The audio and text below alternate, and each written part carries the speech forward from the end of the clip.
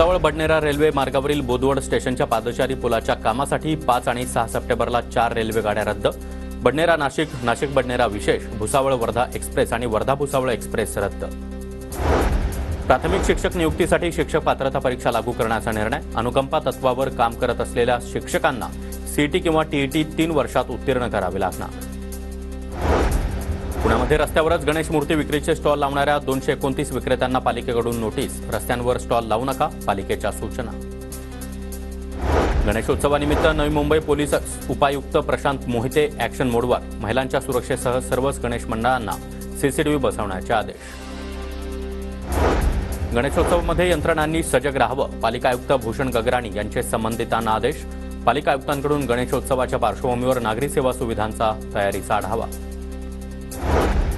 पुणे आणि पिंपरी चिंचवड महापालिका पीएमआरडीए कार्यक्षेत्रातील प्रकल्पांना पाणीपुरवठा करणार.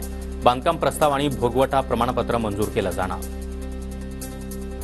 सोलापूरच्या विमानतळावरून विमानसेवा सुरू करण्यासाठी हालचाली सुरू. सप्टेंबरच्या अखेरीस डीजीसीएचं पथक सोलापुरात पाहणी करणार. अंतिम पाहणीनंतर विमानसेवा सुरू करण्याची परवानगी मिळणार. पुणे पालिकेकडून शहरातील खड्डे बुजवण्याचं काम सुरू. आतापर्यंत 9 दिवसांमध्ये 499 पेक्षा अधिक खड्डे बुजवण्यात आले. गणेशोत्सवामध्ये यंत्रणांनी सजग राहावं, पालिका आयुक्त भूषण गगराणी यांचे आदेश. राज्यामध्ये अतिवृष्टीमुळे 1,70,000 हेक्टरवरील पिकांचं नुकसान. जुलै आणि ऑगस्टमध्ये झालेल्या अतिवृष्टीमुळे विदर्भाला सर्वाधिक फटका.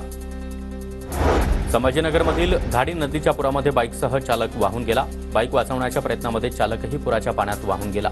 संभाजीनगर जिल्ह्याच्या खुलताबाद तालुक्यातील दुर्घटना. पावसामुळे हातातोंडाशी आलेलं मक्याचं पीक उद्ध्वस्त. शेतकऱ्यांना हंबरडा फोडला. छत्रपती संभाजीनगरच्या वैजापूर तालुक्यातील माणकी गावातील पावसाचा हाहाकार.